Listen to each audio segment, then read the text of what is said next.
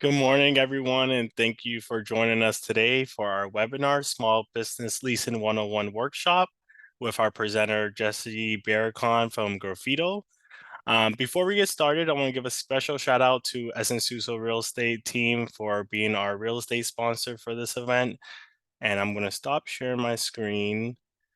And I'm going to pass it over to you, Jesse. Thanks again for being here with us. We're looking forward to learning more about the toolkit, so I'll pass it over to you.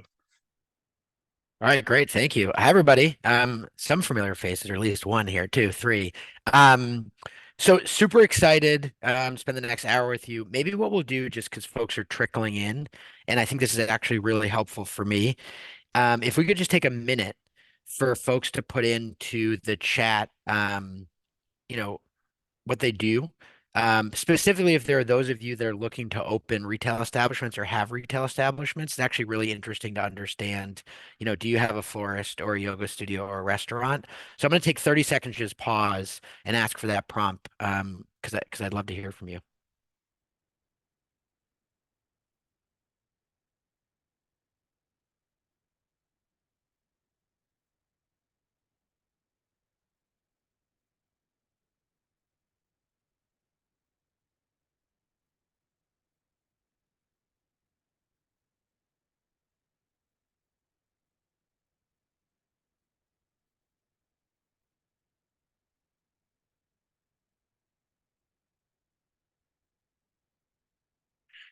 So anyone here, Ethan, I know at one point you were looking at a retail operation. Does anyone, just by a show of hands, or if you want to put it in the chat, um, do any of you own retail establishments or restaurants?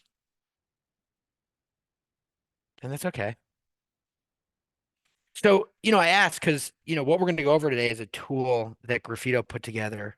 Um, and the audience and the user of such, it was really meant for retailers and restaurateurs. And in lieu of providing an introduction, I think by talking through kind of how we got to this tool, we'll do just that. Is give me a chance to introduce myself and what Graffito does. But what we found as a matter of our ordinary course, which is, as retail real estate brokers, advisors, and developers, largely working with big institutional investors and universities um, and developers as our clients and partners, we found so often that the retailers that we really desired to do deals with and to bring into our projects actually weren't equipped to transact.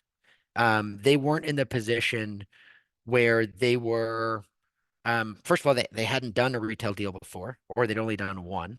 And these are complicated things that take a long time, and there's a lot of nuance, and you need a lot of support. So they just weren't in a position for us to bring those operators without a lot of handholding, which we did, and we continue to do, to actually get a deal done. So, and this was really during the pandemic, when everything was hard, and retail and restaurants, are a hard period. That's not going to change. And what we asked ourselves as a company is, how do we do a better job assisting tenants and would-be and aspiring restaurateurs and retailers? How do we give them the support they need to get deals done in our projects? And, because of the scale of our work, it became obvious that hand-to-hand combat, working one at a time, while necessary, wasn't something that we could always do. So we started with a tool on our website where anytime anyone's interested in one of our projects, they would come in and they'd fill out a form. And then we'd be able to ask them the right questions in terms of the things that we needed from them to help advance the process. And ultimately, we got to this place, which was realizing that so many of these tenants, whether or not they had two or three restaurants, or they were starting their first retail establishment, or they're a community organization just looking to lease space on the ground floor, they all need a lot of the same things. And part of that was a foundational knowledge of the process you have to go through to lease space.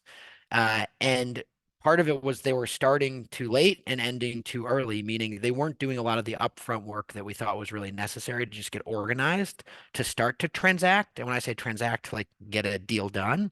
Um, And they were also not doing enough work to make sure that they could get their establishments open. Right. So what we ended up doing over the course of a couple years with a lot of work is creating this toolkit, which I'm going to walk you through today.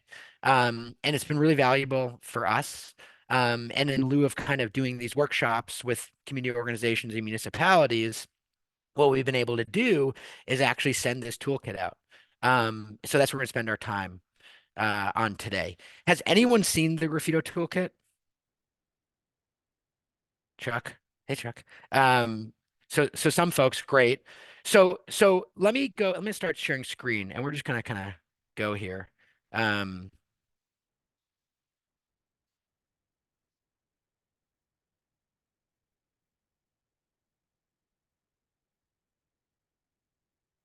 all right. So just as a quick introduction, because I've got to establish some sort of credibility that I know what the heck I'm talking about with you all. So we've worked on a lot of projects, both as advisors, investors, brokers in and around Boston. So this we're on our newly constructed website here. Um, high density of projects in Cambridge and Boston. And we've done over 300 retail transactions since our founding.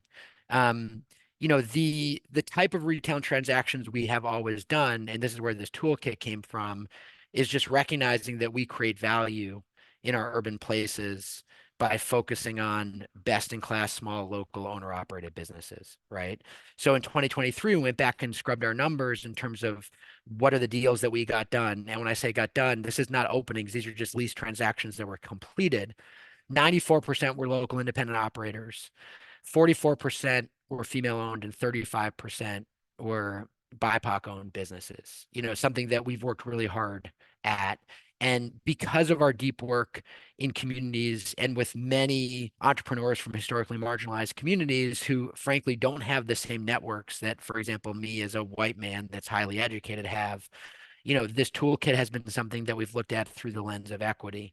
The other thing we've realized in that is that this toolkit is actually really useful for a slew of different retail operators. My sister, who just opened her seventh cafe, there's a lot in here that's valuable to her. And every lease deal is different. And one of the things we'll talk about is that actually every landlord is different. And one of the things that we found that I think small business owners underappreciate is actually who they are negotiating with, and how that landlord is actually organized and what's important to that landlord. And that's something we touch on the toolkit. So I'm actually also going to put in, hang on one sec here, everyone. Let me try this. Um, I could have done this to start if I really knew what I was doing. Hang on a sec. Um, I'm trying to put in the chat, but because I'm sharing, oh, here we go. So I'm going to drop into the chat for everyone. Um, a link to our toolkit, which I just surfed over to. And if you want to play around with this while I'm talking at you, please, by all means, go for it. But we're going to spend some time on this. I'm going to walk you through it, and then we're going to save plenty of room for questions and answers. And one of the reasons, selfishly, that I'm excited to speak with you all is would love some feedback as well, right? Like, what are we missing in this toolkit? Because it exists as a website that my creative team built, we can change it. In this resource, we've built in a resource section, which we'll come to at the end, where, we provide, for example, sample sources and uses. We provide a sample letter of intent. We provide a sample premises plan, concept deck outline, a lot of the things we're going to talk about. So these are all, so this is an evolving tool that, again, I think the intent is to have value and allow retailers to come to this, especially it seems like a lot of you are advising retailers. It gives us the ability to say to folks, hey, instead of spending 30 minutes with me on the phone or coming to one of these workshops, like, go take a look. We're trying to make this really user friendly. So I'll pause there with questions. But again, the genesis of this toolkit really was how do we better equip retail and restaurateurs to go in and do deals, do retail and restaurant deals in our projects. And again, we've learned that I think beyond our projects, it's also just how do we better give retailers and restaurateurs the tools to get real estate deals done, recognizing that doing a real estate deal is certainly not why they're looking to get into business. And many folks are already in business. This is not a skill set that they want, nor should necessarily have, nor is this positive to them being successful in their given pursuit. So I'm going to pause quickly for any questions, and then what we're going to do is we're going to go through the toolkit, and it's organized in these phases, which you can see. But ultimately, some quick cliff notes. The phases, as we think about them, are what do you have to do before you go out and search for real estate? What are some really critical things you do when you're searching for real estate? And like, who do you need to think about as being on your team? And who are all these characters you're going to touch when you go out and start looking for real estate? Then what do you do when you have to start negotiating? Like, how do we even understand this new language for many small business owners, right? And then after that, like, who's the team you need to build out? What should you be thinking about? And then once you get open, what are some things you should be doing with your landlord? So that's the journey of this toolkit that I'm going to take you on.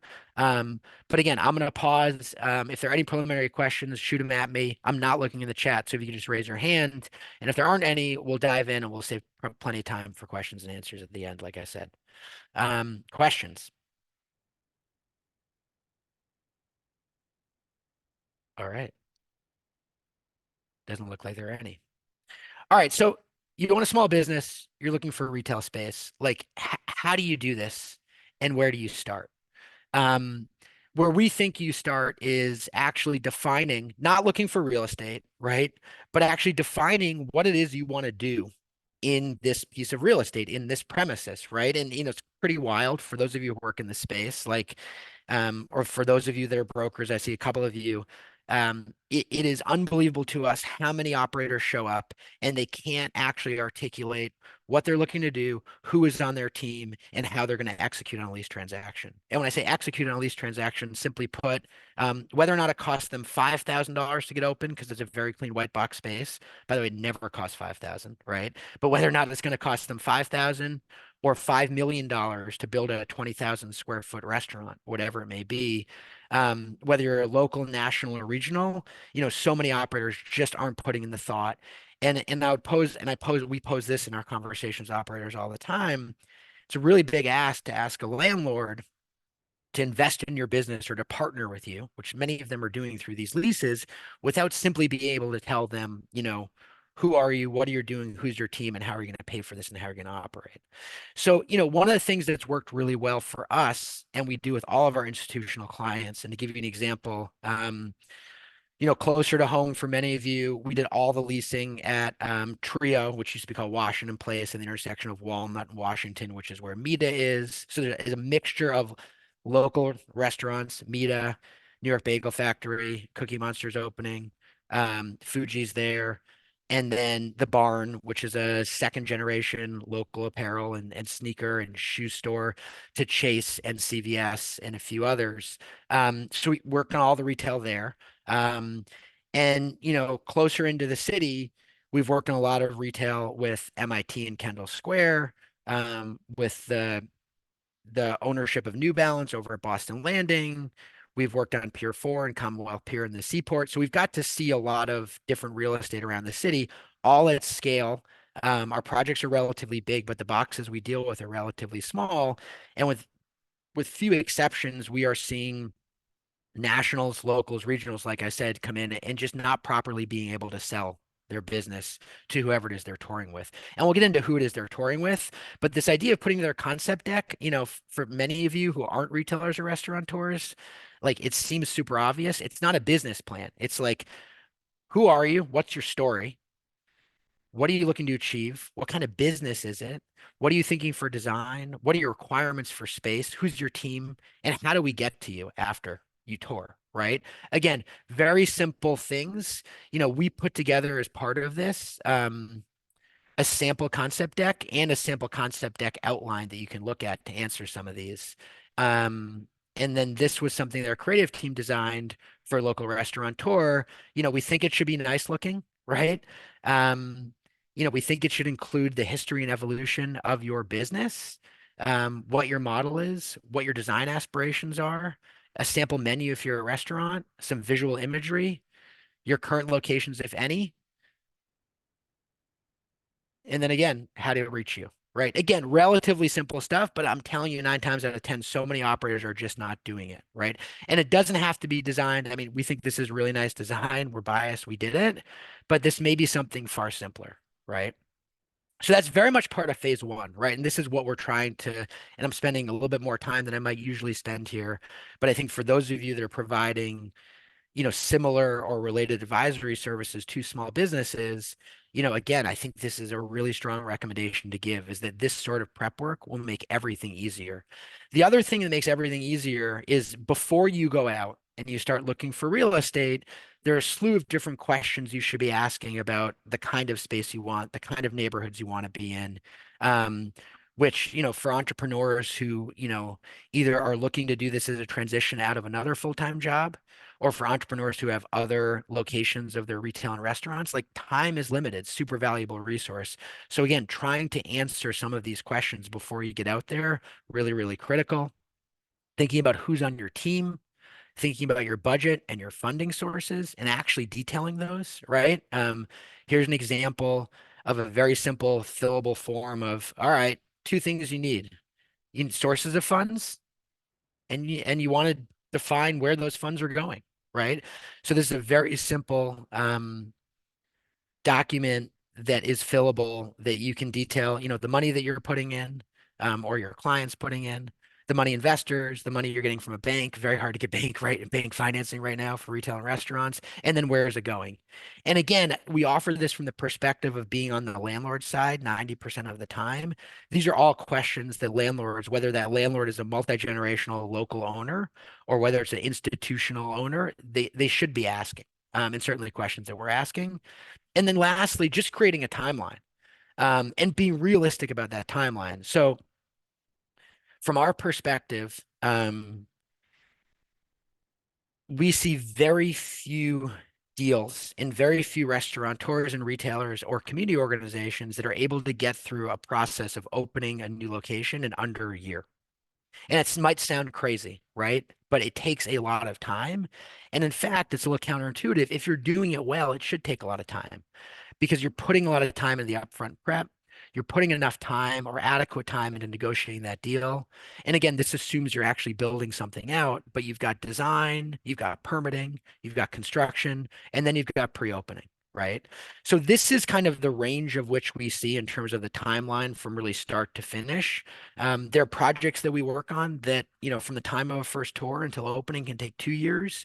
There are some exceptions where you have a clean, what we would call, or real estate folks would call, white box space that's ready to go, where you can get open in, several months. But it's rare we see anything less than a minimum of a quarter, even when that space is ready to go.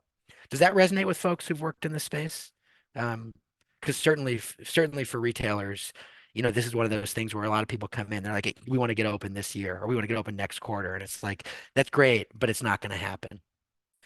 So this is, we're just at phase one here, but again, really critical to do this upfront prep work. And in the tenants that we work with, we're spending more time coaching them on this phase than any other piece of this as we move forward through the leasing process. Any questions, comments?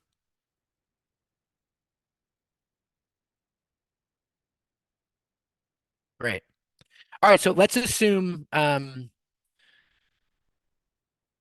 see some familiar names on here. I'm just trying to get a sense who just joined. Hi everyone. So let's assume you've done the prep work, you know the neighborhood you want to be in, you've got your team.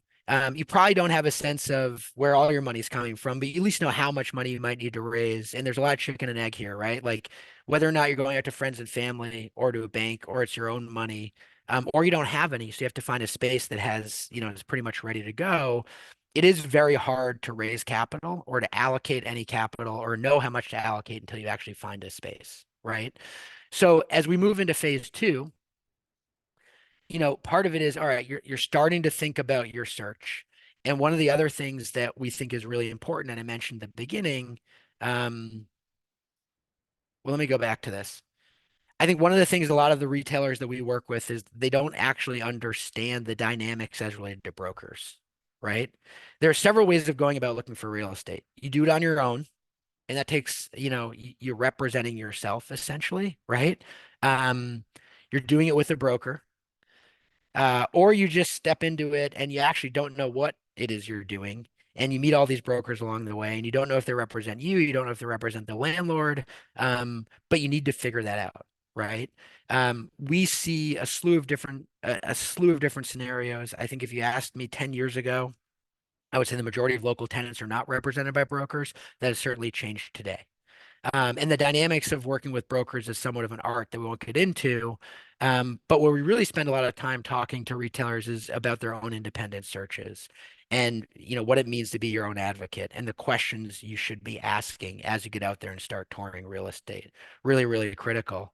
Um, so, assuming you figured out if you're doing it on your own, if you're working with a broker, if you're working with a broker on exclusive basis or non-exclusive basis, um, or even if you already talked to brokers, just asking the question, who does that broker represent?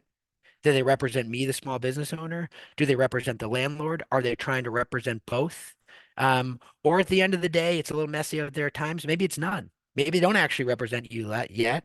Maybe they're talking about space that they don't actually represent, and they're trying to squeeze themselves into a deal, which brokers in the retail context will do. I'm seeing some head nods. It's just really important to understand that dynamic, like really, really critically important. Okay, so you've done all of this work. You're finally ready to get out there.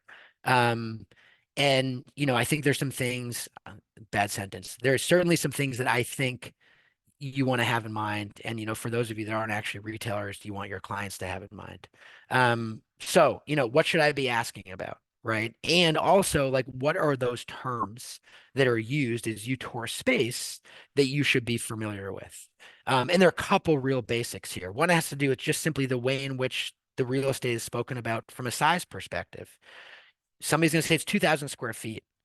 Sometimes that's a usable number, meaning that's the exact amount of space that you have and that you can use. And sometimes that's a rentable number. That's what they're basing the per square foot rent on. But actually, whether it's because of common area allocations or the fact that you're paying for a portion of a bathroom outside of your space or the way they're measuring, that may just be a rentable number that's not reflective of the square footage you're using.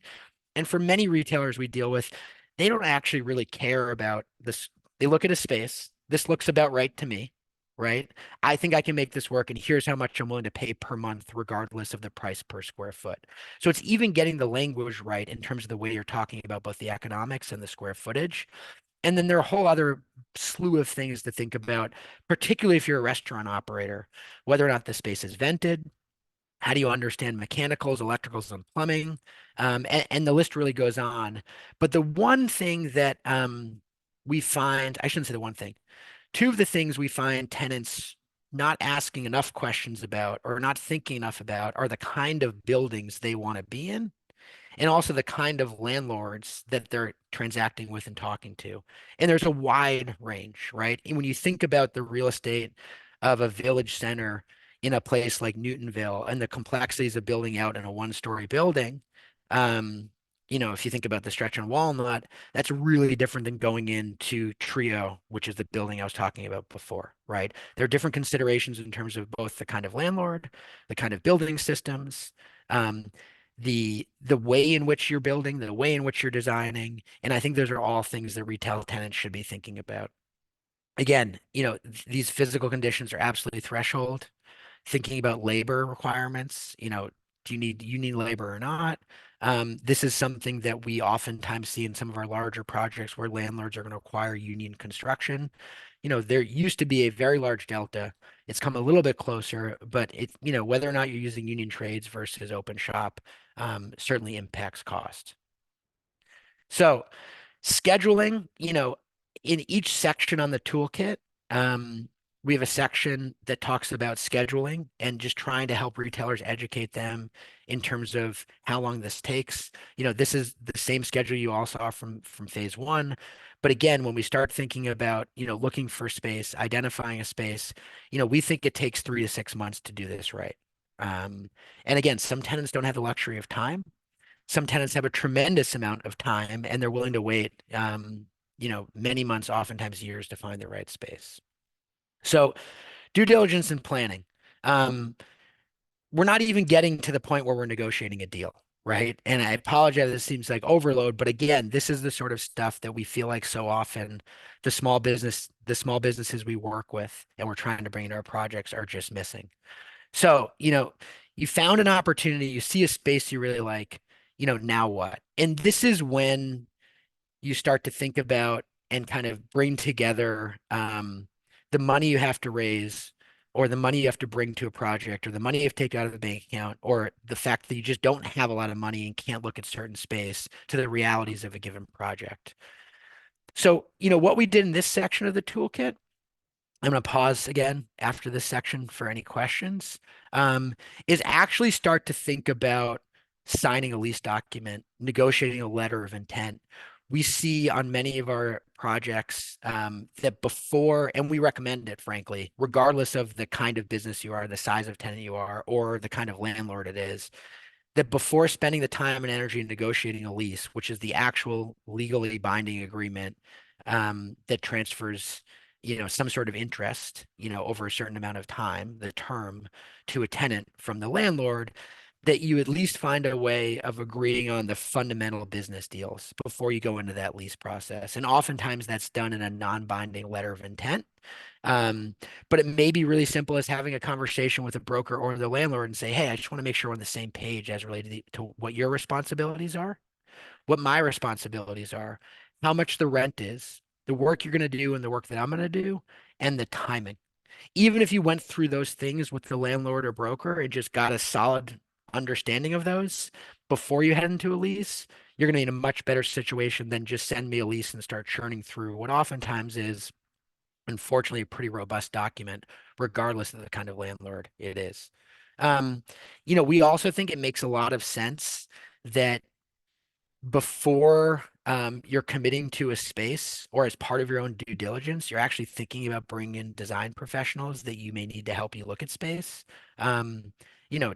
For example, a preliminary site visit to help you with estimates in terms of how much it's going to cost and where you're going to be putting your money.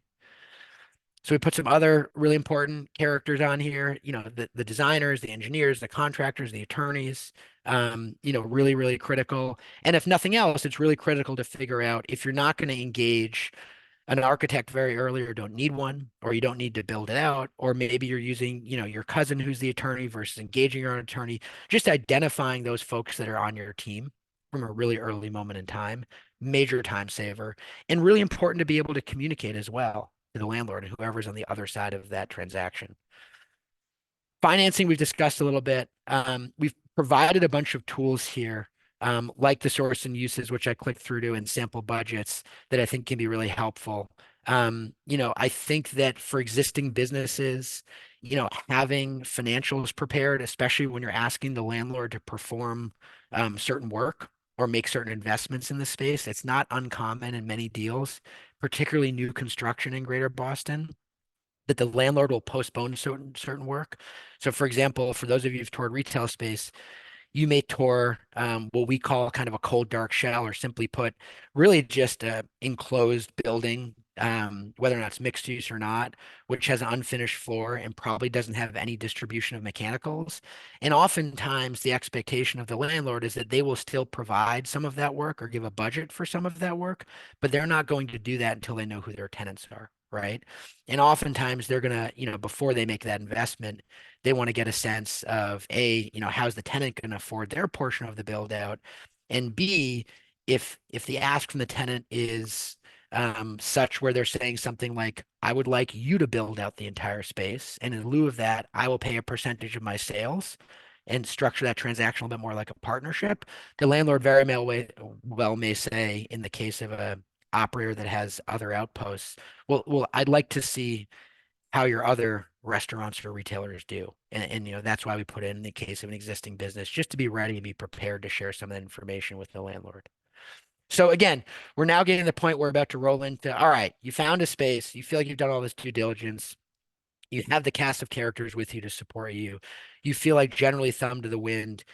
You have the capital and the team and the timing works. Now you're going to move to that lease transaction. That's what we're going to hit next. And again, I know I'm going really quickly, but again, the point of having this toolkit is that this is a leave behind that lives on our website, that's kind of open source for folks to use. And I recognize it's relatively comprehensive and makes kind of a workshop like this feel like a lot. But it is a lot. It is a lot. It takes a lot to lease space and to do it right. Questions? Ethan, Jesse, thank you for interrupting my flow. I need that. Let's go. yeah. You mentioned SBA loans, and I'm wondering, in your experience, who does that work for? Because I have some small restaurants and it's been floated by some banks, but I don't know. Yeah, just who does it work for? It doesn't work for anybody right now, given the state Okay. of banking. Um, what we have found in the past is that the beauty of the SBA loan is, in the past is, kind of it allowed lending when traditional credit worthiness wasn't necessarily there. But it didn't eliminate the need for some level of credit worthiness. One of the things we found is that many banks, frankly, maybe there's some bankers on here, they have vast aspirations for doing deals with small businesses. And they just aren't set up from an underwriting perspective to do it, period. Um, SBA loans were something that we saw pretty often um, for first-time entrepreneurs, uh, coming out of the last recession, 10, 11, 12. We haven't seen an SBA loan in a long time on one of our deals, candidly. I don't know if any of you have had experienced anything otherwise. Um, but we do think as part of the due diligence that it is worth looking at all whatever resources are available from kind of the commercial banking world. Um, and where we have seen SBA loans are oftentimes, for better or worse, backed by some sort of security, whether it's FF&E finance, furniture, fixture, equipment, whether it's financing for equipment for a restaurant, for example. Um, versus providing capital for a full build out, right? And I also just would say, and this is a little bit technical, and Chuck's dealt with this at times, I'm sure. Um, the collateral assignment, the security that is asked for as part of the standard loan closing and an SBA loan it's a big ask of a landlord. Um, so that's another reason we just haven't seen that many of these deals get done. The ones that we have seen happen have involved kind of the local bank, because it's not the SBA actually lending, but the local bank having some experience in small business lending and being able to figure out how to kind of massage some of the corresponding closing documents and assignments that go with the lease. Anybody else have experience in SBA loans recently? I'd love to hear from folks who've gotten these deals done recently. We haven't seen that many of them. Be great if that money started flowing again, or if the underwriting got a little bit easier, so that more money was actually flowing to small businesses. But again, we haven't seen a ton of these. Other questions?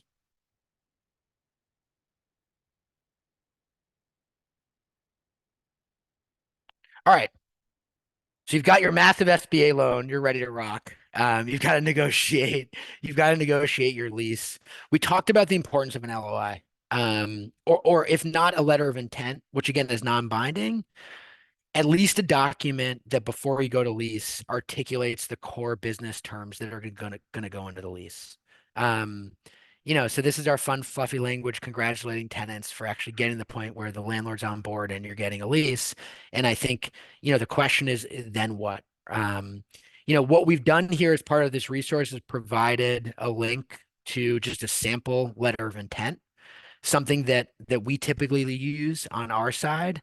This is a pretty robust form, right? So as an example, in this letter of intent, which again is a precursor to the lease, the only thing binding in these agreements is typically some sort of confidentiality, but otherwise non-binding agreement that articulates, as I was saying, like what is the use, who are the entities. There's some nuances here in the event that there's an exclusive, um, meaning that, and it can go both ways actually, that the landlord is not going to lease within the project to another similar use, though that's a business term that could be fleshed out in LOI, hours of operation, the kind of rent. So we speak a lot with entrepreneurs who come into a lease transaction and assume that rent is just as simple as what do I pay per month. In a retail transaction, typically it is not that simple. Rent is paid on a monthly basis typically. But when you're quoted a price per square foot, that price per square foot is quoted on an annualized basis, right? So you're paying 1/12 of that amount every month. And oftentimes on top of that, in the case of a triple net lease, which is somewhat of a term of art. But in the case of a triple net lease, you're paying other expenses having to do with the operation of that piece of real estate. You're paying taxes, and you're certainly paying your own utility charges. And again, there's a lot of nuance there. We've seen many projects where you may pay your own taxes, but you're not paying any, for example, common area maintenance charges, if there are any common areas associated with the retail. Or, for example, the landlord may pay for trash charges, right? Or the landlord may pass on a portion of the trash charges. But these are all things that we think it's really valuable to flesh out in a letter of intent before you get to lease. And then there are certainly some timing issues. One of the assumptions that many retailers and restaurateurs have is that from the moment they sign the lease, they have to start paying rent. I will say the majority of the lease deals that Graffito does, rent typically doesn't start until the entrepreneur opens for business, right? And the justification there typically, which we think is really rational, and again, we're on the landlord side, is that you sign a lease, you almost always have some work to do. Maybe it's just painting and bringing in your own furniture and fixtures and doing your own pre-opening, or maybe it's a really robust 9-month build out, right? Because the space is that cold, dark shell. Most landlords are receptive to the reality that while you're pouring your own resources into their space, which they own at the end of the term, that is a pretty aggressive ask to say that you should also be paying them rent when you're not open for business. And one of the things that we've come to appreciate after being in this business for a couple of decades is that, rent is really just a product of revenue, right? Like rent is a product of revenue. If you are not driving revenue as a restaurant or a retailer, you cannot pay your rent. And if you are driving more revenue, you can pay more rent. And that's simply the way we look at rent in the retail context. It's really different in the office and lab and residential context, right?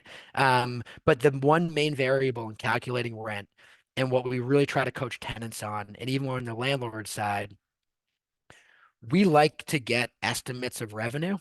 So for a restaurant deal, for example, there are very few restaurants that can operate sustainably paying more than 10% of their revenue in occupancy expense. So we're on the landlord side, we really want to hear from operators about how much revenue they can drive. And it's a major red flag for us when they say, look, I'm going to do $1 million out of this space and the rent is $150,000 a year. That doesn't work. As landlords or advisors to landlords, we're not going to do that deal because actually they can't function that way given the cost of labor and the cost of goods. And then similarly on the tenant side, it's a great way of stress testing rent, right? And all of this stuff should be fleshed out, not necessarily that calculation or kind of some of those um, the internal stress test I'm talking about, but certainly this is where you want to articulate, the amount of rent and what other charges there are. And it kind of draws back to where I started on this was about when do you start paying rent? And then lastly, I think the other piece to make sure you're fleshing out um, is a security deposit. Um, or the guarantor or the guarantee, right? Like these are all very material business issues that I would argue you don't need a lawyer for. You should work out, and a lawyer can certainly support, or a broker can support, but you should be agreeing on these items before you go to lease. And again, that is the intent of an LOI. Again, our form LOI, which we share in the document, is much more robust than many others we see, but that's okay. I mean, you may work out your own letter of intent or your own one-page document that just details some of these key terms. So, you know, we go on here and have some softer recommendations around kind of things to be thinking about in the negotiation. Um, and we actually have a resource here where we link to some of the practitioners we've worked with. But again, let's assume you get through that really challenging lease negotiation, or maybe not. And then I think the next one is, all right, you take the space. What do you do? And in this section,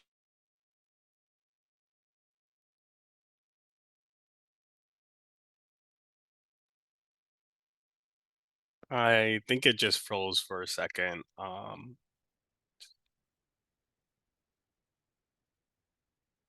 Let's just give him a moment.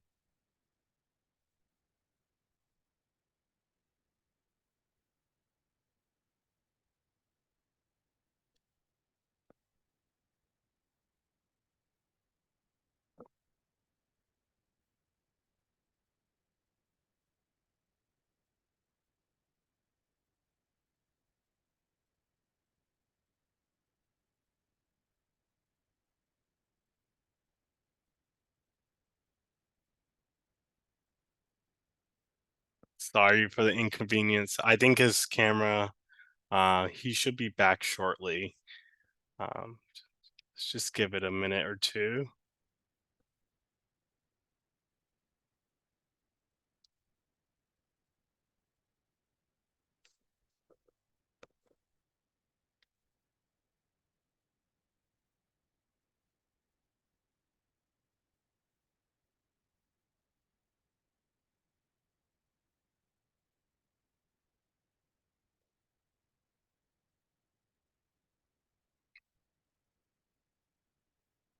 I think that was Zoom telling me I've been speaking enough.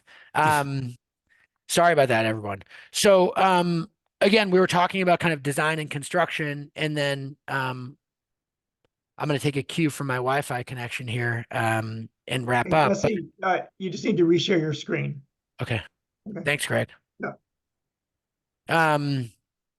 So we're talking about design and construction. Can you all see now? Great. Yes. This is really a critical piece. Again, I think it does take a lot to get here. But again, organization is key. Having a great team is key. Preparing is key. And then the last section of the toolkit, which we think again is one of those areas that's so often unfortunately overlooked, is what are those things prior to opening? And what is the communication you need to have with the community and the landlord to make sure you're going to be successful?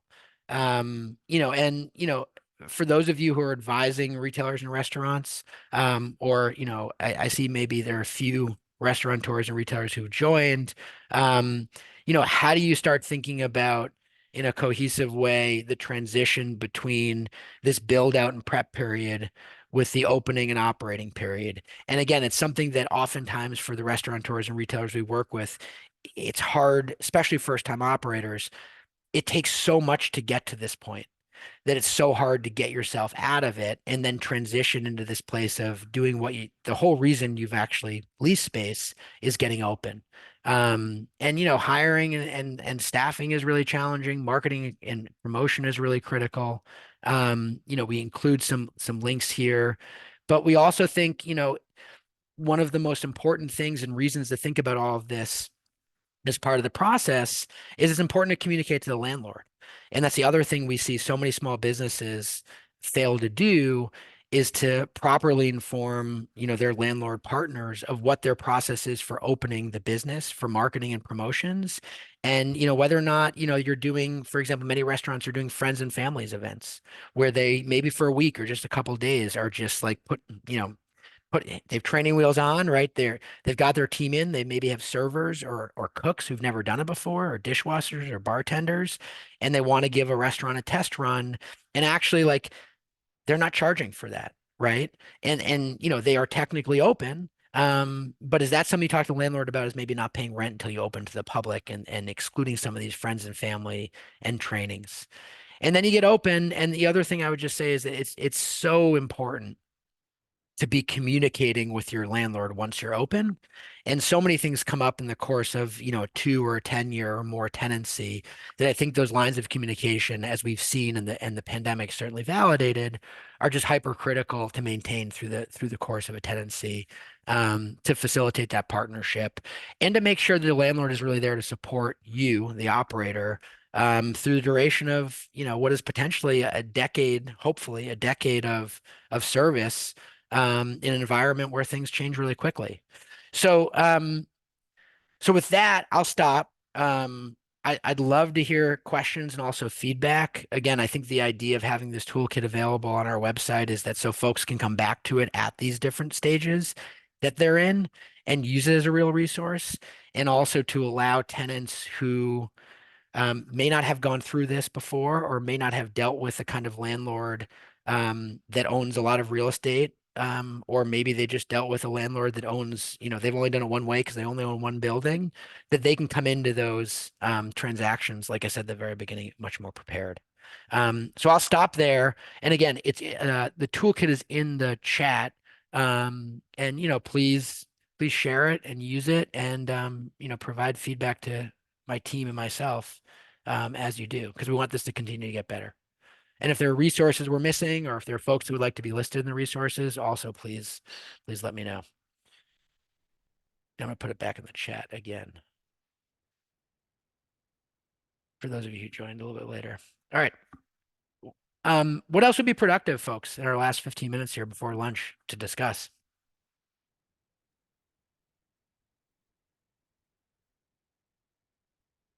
Jesse, I'll start it up and maybe other people jump in too. I'm working over in East Boston, and I think one of the problems we have is really not enough small scale retail space being here. And I'm wondering, from your perspective on the upstream side, what has been your experience about finding developers that are really interested in coming in and providing the kind of spaces that are tailored towards these small businesses? Do you have any insight on, how projects like Bow Market or other ones that have, focused on that small scale, how do those happen? That's a great question. I mean, they happen one of two ways. They're very deliberate pursuits to provide those small spaces. We oftentimes talk about them as like step two in the cycle of retailers. Like step one might be the flea market or the farmer's market. Step two is the Bow Market or the Speedway or the food hall, and then you graduate out of that. Um, we're seeing those spaces evolve in a very organic way. Somebody's got a really funky building. They don't know what to do with it. They know that there are 3 or 4 tenants out there who all want 200 or 400 or 500 square feet, and they kind of fall upon this really interesting organic community of retailers. Um, and the other one is, and there are very few in betweens, like somebody who just believes, whether it's from a community economic development perspective or just from a straight economic perspective, that that model is really going to work for them, that they actually go out and they think about development of a retail project with that specific focus in mind, creating those small format spaces. It's kind of like what we did the Speedway project, which is right in the Charles River, just outside of the Chambers Zone in Brighton. But the idea there was to create a gathering space. There are a couple larger retail anchors. That's been a really great project. But the other thing is, one of the reasons, Ethan, I think a lot of developers aren't doing these projects, or that they not only require a lot of thought and a lot of expense to demise and create the physical spaces, but they require a tremendous amount of oversight, stewardship, and operational rigor to keep going. Um, so, part of it is, if I'm a retailer going into a small format space with a bunch of other retailers around me in common space and programming, if that landowner or developer is not committed to that vision, we don't see those spaces don't work great. Um, and the alternative is, if I'm a tenant, like part of it might be I just want to find my own little universe where there are as many controllables as possible. Um, because I need to control a whole bunch of things for me to be successful as a merchant or a restaurateur. So I think it's somewhat hard to rely on the development community and think that they're going to deliver those sorts of spaces, right? And we just haven't we haven't built spaces for a century that look like that. We joke, and then I'll shut up, but we joke that every retailer used to have they used to need a ton of storage, right? Because they would get one shipment in, and we built all these downtowns. They get one shipment in once a quarter with all the shoes or the textiles or whatever it is they were selling. Today it's just drop shipped. You get it the next day. You run out of something, you get it the next day. You don't need all that storage space. So we've also just built spaces that aren't necessarily um, what tenants need today. Oh, hi, Nancy. I saw your hand up. Did I see Hey, that? Jesse, how are you How are doing? good? How are you? Good. Thank you for this. This is absolutely incredible. I have two quick questions for you. One, brokers, to go out and look for space, is it protocol to hire more than one broker? Do you do an exclusive broker? Um, if I'm looking for a bunch of new spaces, I want as many people working for it as possible, but is that not a good idea because they're less focused? What's your take on Great that? question. I mean, so we have 3 full-time brokers on our team, so I'll share it from the perspective of being an owner of a brokerage. It's fair to say that it may be in the retailer restaurateur's best interest having a bunch of brokers out there looking for them. But the incentives are such in the brokerage community where, if you say to one of the Graffito brokers, hey, will you run around and help me find a space? If they know you're also out there looking with other brokers, you're probably not going to get the best out of that broker. Right? That's my sense as an owner of a brokerage who deals with brokers very often. So what that would mean is you're actually committing on an exclusive basis to work with one broker, which poses a whole bunch of other questions. Is that the right team? Are they going to advocate for me? Do they even understand my needs? All sorts of stuff. Um, and that's why at the beginning I was talking about the pluses and minuses of working with a broker or conducting your own independent search. And I think the most important thing in all of this, my advice would be just be transparent, right? Like if you're working with multiple brokers, let those brokers know and be very clear with what your requirements are so you're not wasting your time also, right? Like these are the kind of projects I'm looking for. This is what I would need. You know, I'd be happy to work with you if you can bring those. And I think that bring those deals to me. And then the second part of it is just understand like what side of the table that broker is on when they bring those deals to you. Are they trying to represent you and the landlord? Are they actually representing the landlord because it's a project that they're working on, or are they just representing you? Um, but we recognize it can be very messy. And I think it's why it's so important for retailers. You're not a first time restaurateur. Um, but particularly for first timers, like just being able to understand who's who and who's working for who, and just understand the incentives that motivate brokers, and the reality that, it seems like it's free for tenants. It's like, oh, all these brokers are gonna work for me for nothing. The reality is the brokers get paid by the landlords, and oftentimes, not always, but there are times when you show up to a project with a broker who's expecting the landlord to pay for a fee, and the rent has to go up a few bucks because the landlord has to be able to afford to pay for that broker who's working for you. So I just think it's really important to understand kind of the dynamics, and be super transparent, and hope that the broker on the other side will also be pretty transparent. That's great. That's super helpful. And then my second question is that you mentioned it. So for instance, for like a restaurant, no more than 10% rent, we know what that work looks like in a P&L. I think I've often felt blindly negotiating, like is there a similar standard for a landlord that they need X dollars? Like I often feel like I'm negotiating against myself or being penny pinched, and I don't know, what's the win-win of the negotiation for everybody? Does that vary completely by nature of the landlord, by the property? Like, or is there some kind of standard where you know what your negotiating bandwidth might be going into a deal? I think the easiest kind of, um, if you were to pin the negotiation to any sort of measuring stick, because it's very opaque, it's going to be hard to understand like what the number the landlord needs. Um, it's probably going to be just based on what the market is, for restaurant space in a given place. And the reason I think that's true is because there are several considerations for landlords that we should all think about. Some landlords have debt service because, much of the real estate owned in Greater Boston isn't owned outright. There's some sort of loan that allowed that developer owner to acquire it and develop it. And they have debt service. So they're not going to rent a space that they lose money on, right? Most of the time. Um, the other one would be if you're asking the landlord to put in a certain amount of money or to build out an HVAC system, like they're going to have to get a return on that investment. So it's a combination. So like it's hard to know what their debt service is. It's not as hard to know how much money you're asking the landlord to put into a project. And it's reasonable to assume that they're probably not going to want to lose money. Um, the one X factor is, and Nancy, you and I have talked about projects like this and some of the others, is that if you own 1 million square feet and you know that this restaurant in 3,000 square feet is going to add so much value, maybe that is a loss leader because you need that corner to be activated in a way to, you know, increase value in the rest of your project. Um, that's very reasonable. And I think the last thing is this just goes to why it's very important to understand who the landlord is. A larger institutional landlord that owns, a tremendous amount of real estate in one neighborhood probably has the ability to spread expenses as related to retail and restaurants across the project, where if it's a mom and pop landlord that owns one building with nothing above and they have one income stream and it's the rent coming from you, that's going to be a very different negotiation. That help a little bit? Yeah, that's great. Thank you. Yeah, totally. Eliza. Yeah, I think I'm up next. Hi, Jesse.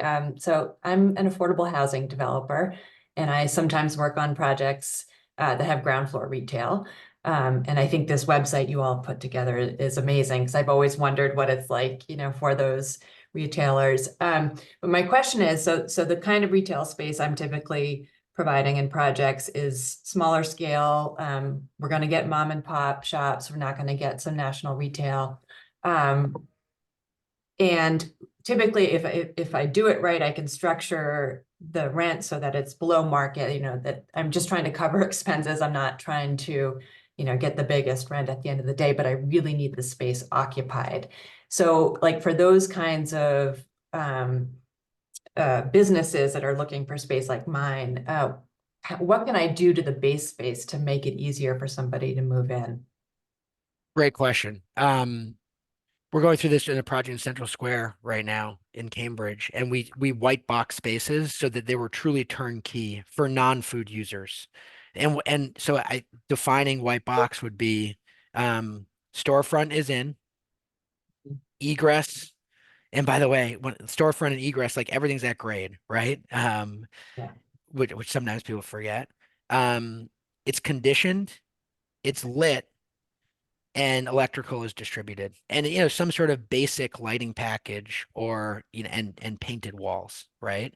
And I think if you're doing that much, I'm sure I'm forgetting plenty, like life safety will have to be in there, obviously.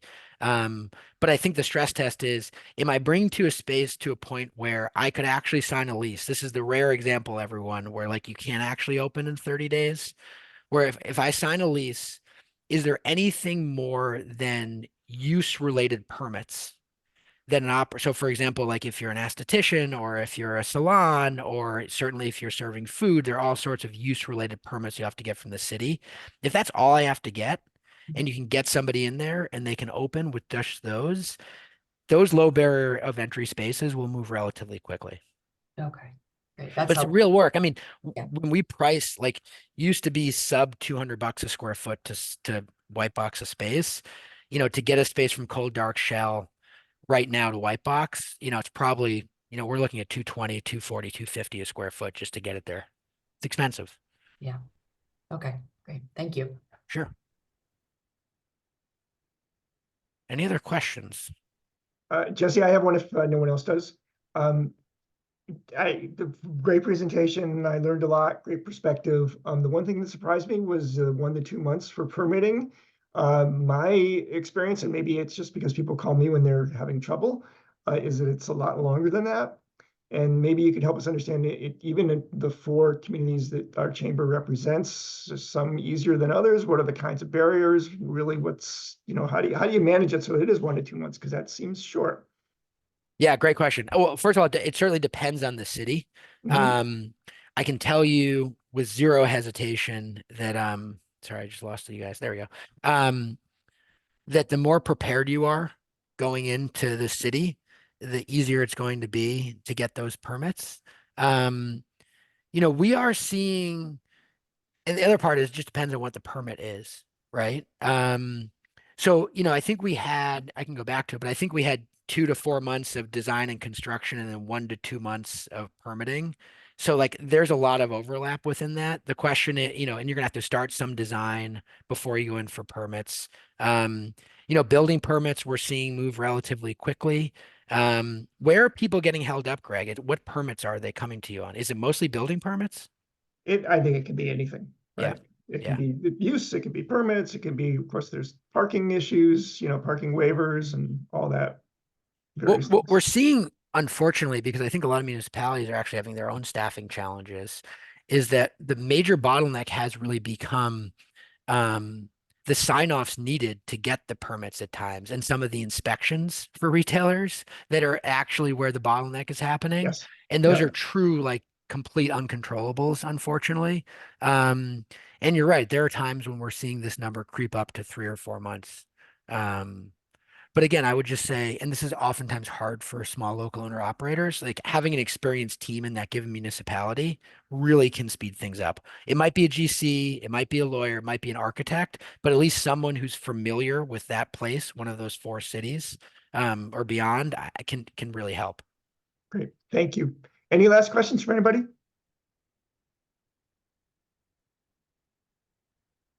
Max, I want to let you wrap it up, but Jesse, thanks so much, and thanks everybody for watching this. Thank you so much, and I'll send out the recording. Have a great day, everyone. Thank you, everybody.